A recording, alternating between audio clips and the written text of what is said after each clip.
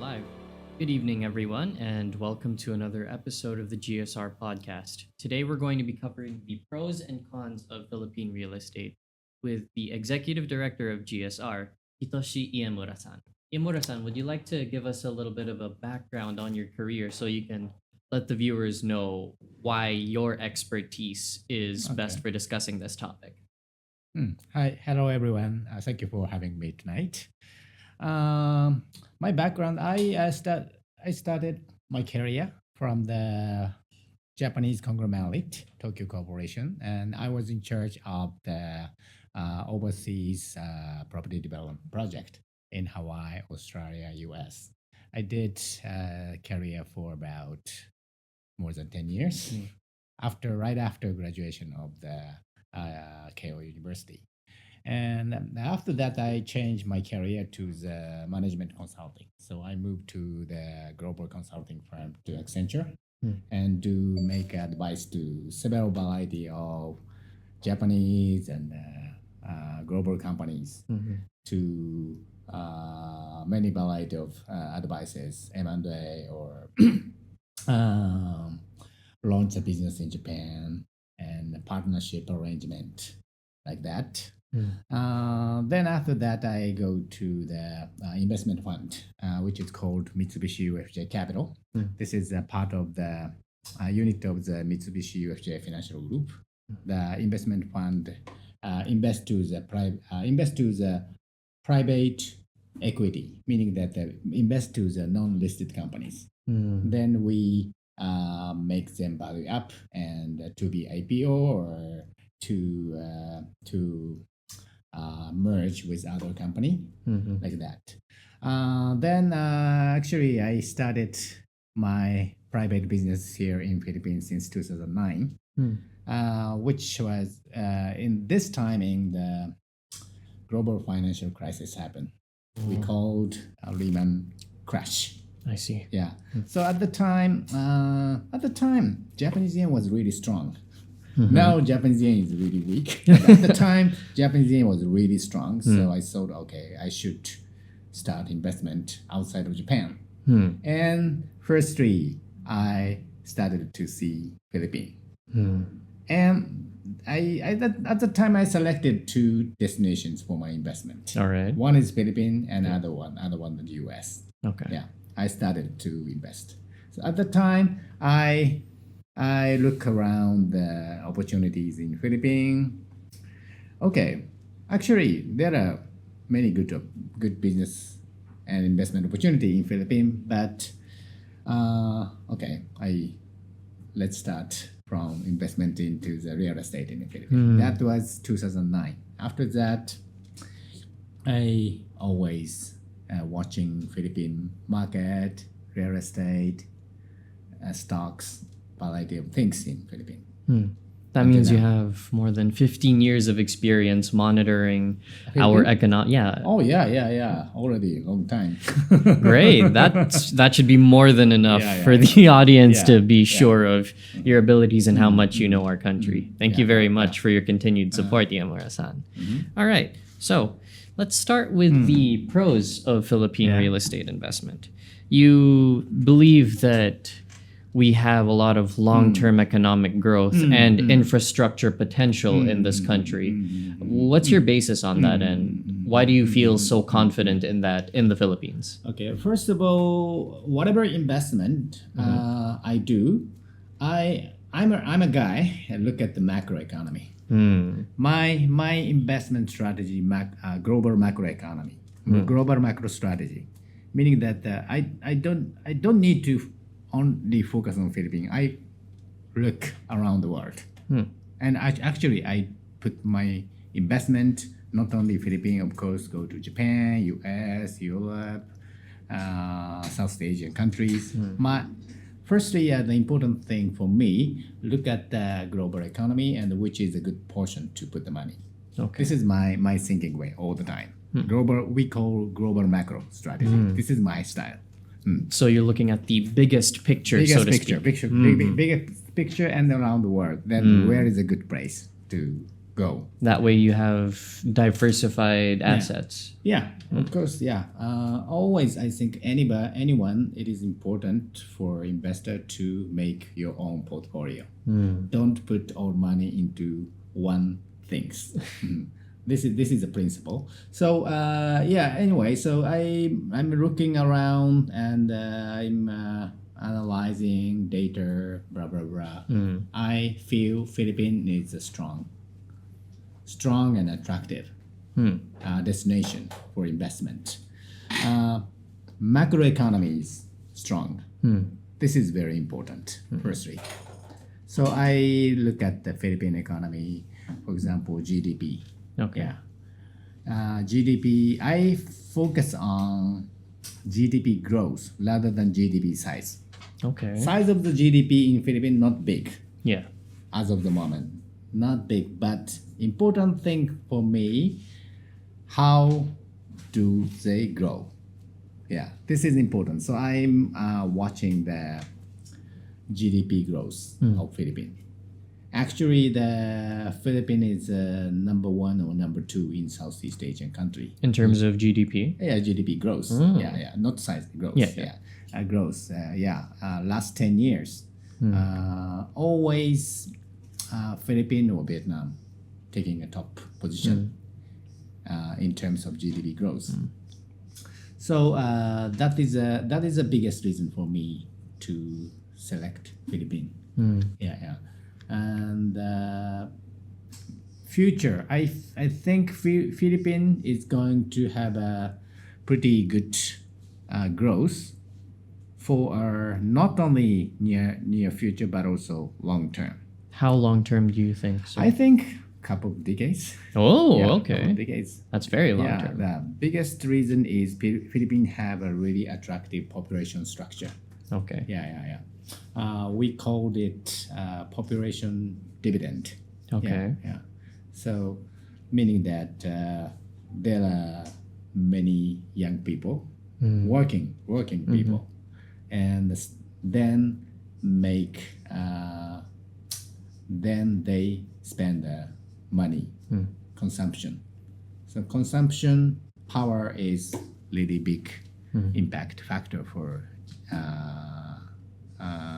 economic growth. I see. It makes sense given a lot of the young people are working and then a lot of them will be spending, so that makes the money circulate more in their economy. That's right. Yeah. That is, Philippines is one of the we call it the longest population bonus terms in the Longest. world. Yeah. Okay. Philippines and India, Oh. long term, and both of the country people can speak English. This is also a big advantage to invite the investment. True for foreign investors. Oh yeah. This is a principal reason for me to choose Philippines. Because of the population, because of possibly decades of good growth, and because of how consistent they are with their GDP growth. Yeah. And another one point, especially this point is very important for real estate value, which is infrastructure. Railway, airport, bridge, skyway. Infrastructure is the base of the economic growth. At the same time, infrastructure make property value up significantly. For example, in the case of Japan, in Tokyo, we have railway systems. And most of the property near the station or in front of the station, always property value is really high. In Philippines, a new railway system going to be introduced. True, the subways and the new lines. Subway, Metropolitan, Metro Manila subway, and Metro Manila commuter line. Many planning in BBM. Little better more, 150 or something. There are many projects in this several railway projects as well. So I think okay, the in the future, once railway system installed in Philippines, there are many land which near station, in front of the station. Those property is kind of a promising property to go up. Because their value is definitely going to go up, not just because of the railways, but because of the other infrastructure that is built around them as well. So stuff like malls, food establishments, condominiums. So I have a big attention to the infrastructure planning and also implementations. How does it progress? Progress is going well. Yeah, I'm watching and how government spend properly to the infrastructure. Would you say that these factors also give you confidence that more institutional investors will come in? Do you think that that's the reason why you can say that more foreigners will be interested as the decades pass? Okay, yeah. Actually, the foreign investment is really important for not only real estate but also stocks and whatever. Yeah, just the general economy. General economy. So we call foreign direct investment FDI. FDI is very very important. All countries, not only for Philippines but also any countries. So any meaning that all countries making a competition how to get the money from offshore outside. This is a really severe competition. Because everyone's trying to pull everyone else into their country. Okay. FDI competition. So foreign investment very important. In the case of real estate, actually the many individual person, Japanese, Chinese, American, buying the, for example, condominium units here. Yeah. This is have a certain level of impact, but institutional investors' money is much bigger, much bigger than individual person's money. So I'm always have attention how institutional money coming in and coming out. Yeah. So in terms of real estate. It is not easy for real estate sector to get institutional money. Most of the institutional money going to stock market. Okay. Yeah. Because they want the reason is stock market is much high liquidity. Liquidity. Yeah, that means it's easier to buy and Easy sell. to buy and sell, right? Yeah. So institutional investor like liquidity, basically. So in that case, okay, real estate, okay, we can easily buy it, but how to sell? It takes 3 months, 6 months, it doesn't work, right? So, but important thing in the Philippine real estate sector, there are many good real estate investment trust. Yeah. Okay. Real estate investment trust, maybe the audience know or not, but real estate REIT, we call it REIT. REIT is listed in the stock market. Okay. Okay, IR REIT, Mega World REIT. There are many, I think more than 10 REITs listed in the Philippine stock. Biggest one is IR REIT. So this is in this fund, there are, I'm not quite sure, maybe 30-40 properties. Primary office building, shopping mall, primary property, put it in the REIT, the REIT. Yeah, REIT, investment fund. So then easy to buy and sell. The through stocks? stock market. Oh, okay. Yeah, through stock market. That's why actually the pretty big amount of money of institutional investor already come into Philippine real estate sector through REIT. So to clarify, if an institutional investor invests in a REIT, does that mean they gain ownership of the properties under the REIT? Oh yeah. So it's like they're buying property, but they're buying property by buying stocks. I see. Okay. REIT is there are many shareholders in a REIT, so meaning that this is kind of joint ownership. But there's it's still an ownership to a degree. Oh right? yeah. Okay. Yeah. I see. Very different to Individual have a ownership. individual asset, but the value is the same. Value is the same. Yeah, REIT or individual asset value is the same. Maybe the value in the REIT is higher because they have more liquidity. This is definitely is a benefit for the institutional investors. So I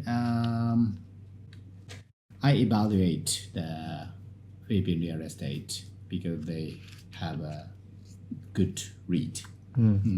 Which means more investors are attracted to investing in those REITs. And that in turn makes the real estate market of the Philippines rise in value. Okay. So I see. So any price has been decided by demand and supply, right? So institutional money, big. This is demand. Yeah. Big demand coming to the value. Any asset value is going up. So this is institutional money is coming into Philippine real estate is one of the big attractiveness for me. Yeah, that makes a lot of sense. Yeah. You also mentioned at another point in time that another big reason you're attracted to the economy of the Philippines is our large amount of OFWs. Could you elaborate on that? Yeah. OFW is have a big portion of Philippine economy. I think around 10%. 10% of GDP come from OFW remittance money. When they send money back to the Philippines. This is like export, service export, right? Yes. Service. Philippines strong export item is OFW. They earn. I think 10 trillion peso. That's quite a lot of money. Quite very big. 10% of GDP. And of course, they limit the money to family. Yes, which makes family. Filipino have a really strong family bonding relationship. True, that's true. They spend limit the money to Philippine. Then how do they spend money? True. That is the point. Yeah. There is not what I say statistics. So I just heard from the person in the industry. It depends on the year and it depends on the foreign exchange rate. But definitely the biggest spending for OFW money to real estate. Because they want to buy homes for their families. They want to buy their own house. They want to buy their house for parents. They want to buy houses for kids. So this is so depends on the year, but the some year 50% of the OFW remittance money go to real estate market. That's a massive amount of that 10 trillion pesos. 50% just for the real estate. Real estate itself, the price is much bigger than daily products. So, true, it is. The portion is really big. So this is also the demand. Institutional investors' money is demand. OFW money also demand. So demand is getting bigger. The asset value is getting higher. This is a simple theory. And I guess that's also why a lot of developers are scrambling to meet that demand in that case. By making new condos that they can pre-sell or that they can develop. That's why major developer salesperson go around the world all the time, road the show. They go to London, they go to LA, they go to Tokyo.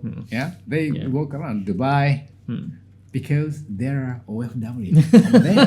That's right. That's true. No, it's great. they of course they sell Japanese. They sell product to American, but major reason for developers go around the world to see OFW. Oh, that's so cool to think about. A lot of countries have begun to acknowledge that Filipinos are practically everywhere around the world. Like no matter where you go, you will find a Filipino most likely. That is a really unique factor in Philippines. This is the Philippines' unique strengths. Yeah.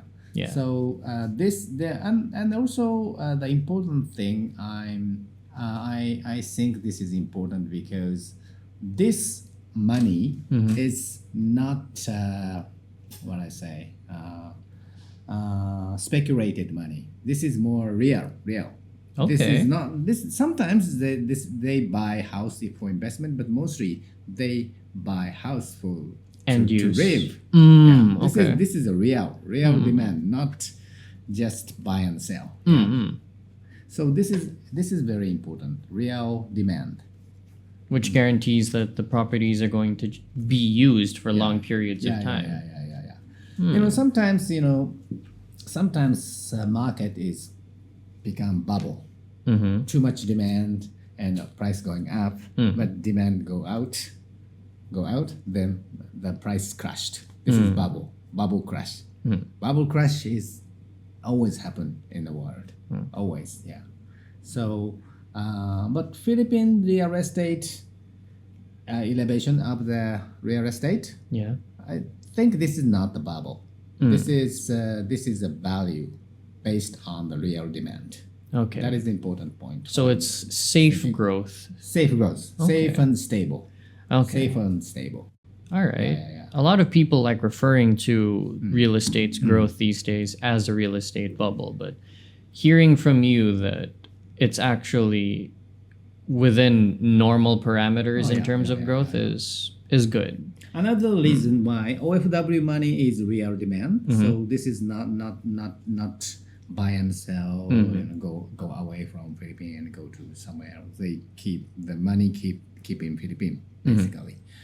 And another factor I like for Philippine real estate, stable growth, because there is falling capital restrictions. Okay. Yeah, we call negative list. Philippine government issue a negative list. Yeah, what negative list is a foreign capital restriction. Okay. They have a many list. Okay, you can buy. A foreigner can buy on up to 40%, up to 60%, sometimes 0%. Okay. Foreigner cannot buy. There is a list, a negative list, Philippine government issued. In the land, is listed in the negative list. Yeah. Okay. So foreigner can only 40% of the land, 40% of the ownership of the land. Okay. So, and another rule is condominium title. Okay. Condominium title law in Philippines. This is based on the land ownership restriction of foreigners. So developer develops a big condominium, 1,000 units, for example. They can sell only 400 units to foreigners. And the rest have to be Filipino owned. Less 60% must be sold to Filipino. This is real demand. Real demand, right? But 40% foreign money, sometimes speculation. Yeah. Because they might buy for investment. Buy for investment. Yeah. But only 40%. So meaning that sometimes if there is no capital restriction, foreign capital restriction, some speculation money coming from offshore outside the country and buy, and prices go up. This is bubble, right? Bubble. Oh, okay. But that's why the Philippines has this extensive negative list to stabilize the growth and prevent bubble crashes. Yes, in theoretically, I think Philippine real estate couldn't have a bubble. Okay. Yeah, that is important for foreign investors as well. The stable growth is very important. Not we don't like up and down. Yeah, big fluctuation is not good. but I think Philippine real estate value value based on the OFW money and foreign capital restrictions. So I think Philippine real estate is pretty stable and safety. Yeah, investment target. So to summarize all of your pro points, that would mean that the Philippines is low risk when it comes to developing a real estate bubble. Its growth is stable, not only in the real estate market, but also for its competitive GDP increases. We're consistently top 1 and 2 in the world. OFWs are a massive factor because they're one of the unique things about our country, given we're practically everywhere.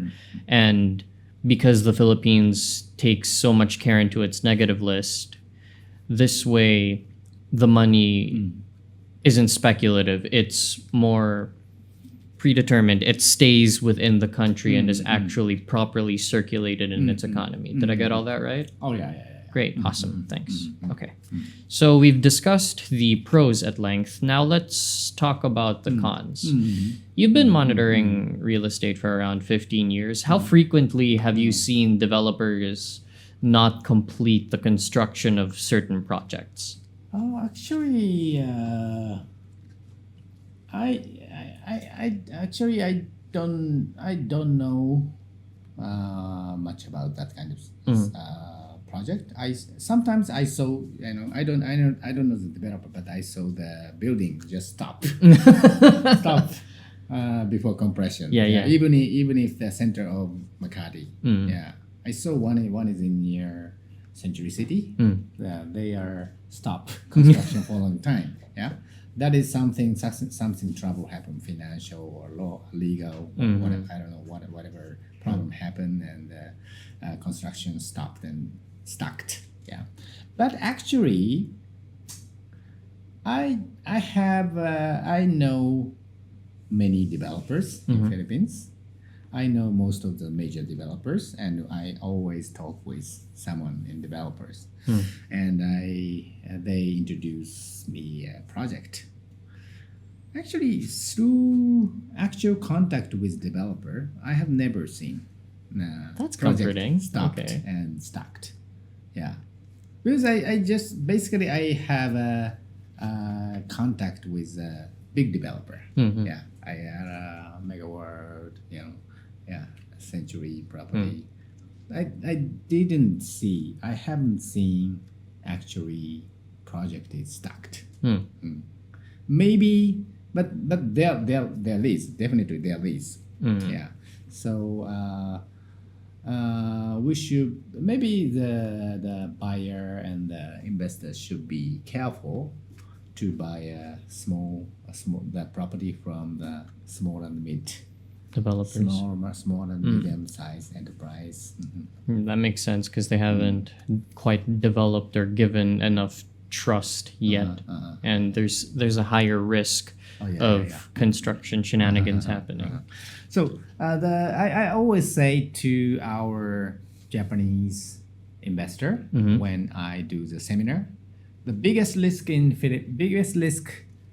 of investment in Philippines is not complete the building completion. This is the biggest, because this is in relation to the system of Philippine real estate payment. This we call pre-sale. Yeah, pre-selling. Pre-selling is a popular way for developer to True, sell. it is. Yeah. And most of the foreign people also use pre-sale. Yeah, pre-sale have a two phases: good phase and good point and bad point. Okay. Yeah. Basically, pre-sale is a good system because the buyer can manage their cash flow in a long term, 3 to 5 years. Yeah, through installment. Yeah. This is good. But on the other hand, the risk, buyer start to pay money during the construction period. So if something happened and construction stopped, Then what's happened for your money already paid? This is the biggest risk, right? Mm.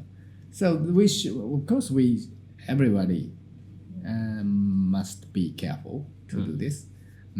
But this is this is really hard for buyer to control. True, because it's all up to the developer. We should check the capability and ability of developer. Financial, or which we should check financial situation and their track record, like that. All right. That makes a lot of sense. Okay, Iemura-san, before we continue, why don't we take a short break to just rehydrate and also give the viewers a bit of a breather as well? Okay. All right. Okay. Thanks so much for tuning in so far, guys, and we'll be back after this short break. See you in a bit. For all of your property needs, come to Global Strategy Real Estate, GSR. We at GSR are your one-stop shop for anything related to your property and more. From management to buying, selling, documentation, and maintenance, we have your back. At GSR, we aspire to provide the level of quality and service which put Japan on the map as one of the hallmarks of hospitality. Let us manage your property today. And we're back. Thank you again so much, everyone, for tuning into the GSR podcast. I'm your host, Jose Angelo Zulueta, and once again, this is Hitoshi Iemura-san. So we're going to go back to where we left off regarding the cons of Philippine real estate. And so far, we've covered the biggest con, which is construction possibly not completing, as well as what you can do to avoid that con, which is mainly being careful with small to medium-sized developers for the meantime, as they haven't quite developed a base of trust or a reputation to be able to fully guarantee the completion of construction. So aside from risking yourself with small to medium developers, what else do you believe is a large con that is present in Philippine real estate? Actually, the biggest cons is building stop, construction stop. Other one is not really big factor, but for real estate investment, in the case of Japan, there are many real estate investors in Japan. They usually use the leverage. Leverage means get the good bank finance to invest real estate. This is a way of investment into real estate in Japan. So our Japanese clients always ask, okay, what kind of leveraging method in Philippines? Unfortunately, I'm always say there is leveraging method, but there is not good leveraging method. Meaning that firstly, interest rate is pretty high comparing with Japan. In Philippines, maybe 6-7% or more. Interest rate is too high. This is one reason, and another reason I think there are not many Philippine banks doesn't have a product to finance to the offshore investors. It's more geared for local than they have good leverage plans for locals. Product to local people to buy, but not for offshore foreign investors. So finally, they don't use finance. They buy cash or they use installment prepayment, pre-sale. So leveraging is not prepared in Philippines. This is one of the cons. And ownership registration. It takes a time in Philippines. Sometimes more than 1 year. I didn't know it took that long. Yes, I assumed a few months. I'm not quite sure the recently, but for me, it takes more than 1 year to have a title, certificate of title. So it takes a long time. That that is Definitely a massive confusing and annoying point. Yeah, yeah. I would have thought it would only take 3 to 6 months at most. I can't believe it would take foreigners more than a year to get their certificates of title. There are. Maybe I hope this procedure getting shorter now. Yeah. But in my experience and our clients' experience, there are many cases take a title for more than 1 year. Sometimes couple of years. Yeah. A couple? Yeah. That is a very big deterrent. Oh my God. Okay. Do you think those are all of the biggest cons, or is there more? Of course, the asset value in a long-term point of view, I believe Philippine real estate value. Yeah. Of course, depends on the location, depends on the developer, but the standard one going up. Yeah. But of course, up and down. Yeah, it fluctuates. Fluctuated. Especially now, still, Philippine real estate market have a negative influence impact from the corona. Yeah. So I think the market value of real estate, many real estate price go down because demand is not big as of the moment. Because of the corona effect, and also maybe there are pretty big impact from the pogo ban by the the recent pogo ban. Because many Chinese people buy or rent a property in a CBD area.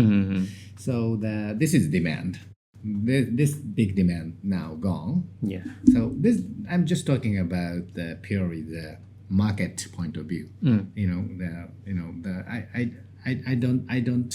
I don't blame pogo ban. I'm just talking about the market demand and supply structure. So now big demand gone because of the pogo ban. So rent price is going down. Rent price going down, meaning that the property value is going down. Property value is decided by the income. Income, right? Yeah, income down. Income going down, meaning the property value also going down. So as of the moment, the Philippine market situation is not strong, a little bit weak because of pogo ban and still remaining the corona effect like that. But this is basically short-term issues. Okay. And I think in long term, the property value are recovering.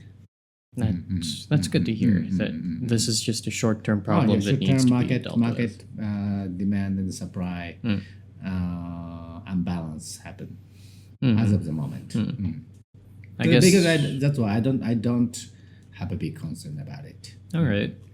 How do you feel about the current lack of marketing data, or the difficulty with the difficulty of accessing marketing data, like sales statistics and other metrics like that? Because my significant other is a broker, and it's been apparently a big problem compared to, let's say, the U.S. real estate market, where that data is readily available. Yeah, data. Yeah, you too. I'm regularly watching the real estate report from Jones Lang LaSalle or Lee Chu. Those kind of research firm report. They are making a report every quarter or something.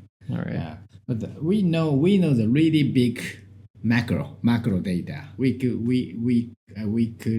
I could get the macro data from those quarter report, but real estate is really regional.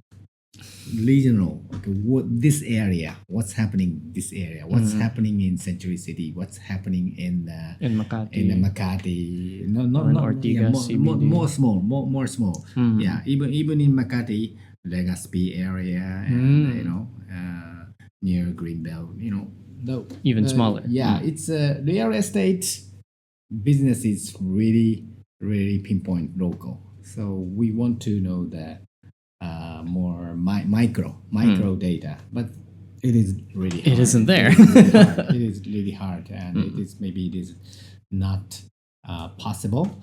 So in that case, we need to hear from professional brokers, not only one, several professional person, and gather information. They know the price, right? Yeah, there is not the price in the statistics report, but True. the broker. Yeah, the brokers know. Broker knows the price, so we need to hear we need to do hearing to recognize the market value. That's a really big point. Yeah. All right. Thank you again so much, Iemura-san. So let's see if I can summarize the cons and let me know if this is accurate. Once again, the biggest problem with, or the biggest risk you could have with regards to Philippine real estate is possible construction stops. Lack of microeconomic data for real estate is another roadblock, let's say. We are still recovering from both the short-term influence of the POGO ban and the longer-term consequences of the coronavirus. And we don't have any leveraging options for foreign investors. Or even if we do have them, they're not favorable to foreign investors. And one of the final really painful nails in the coffin is that as of now, for foreign investors or foreign owners, registration of their ownership can take anywhere from upwards of a year to a couple of years. Did I get all that right? Oh yeah. Great. I'm glad I was able to catch all that. Okay.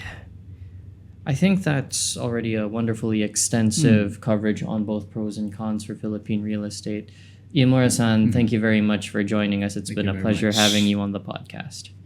So, guys, if you want to revisit this episode or see more episodes with Iemura-san or our property management head, Mr. Ian Cipriano, on a variety of different topics, you can follow our socials at GSR Philippines. This podcast and other succeeding episodes and previous episodes are also available on Spotify, Apple Podcasts, and YouTube Music.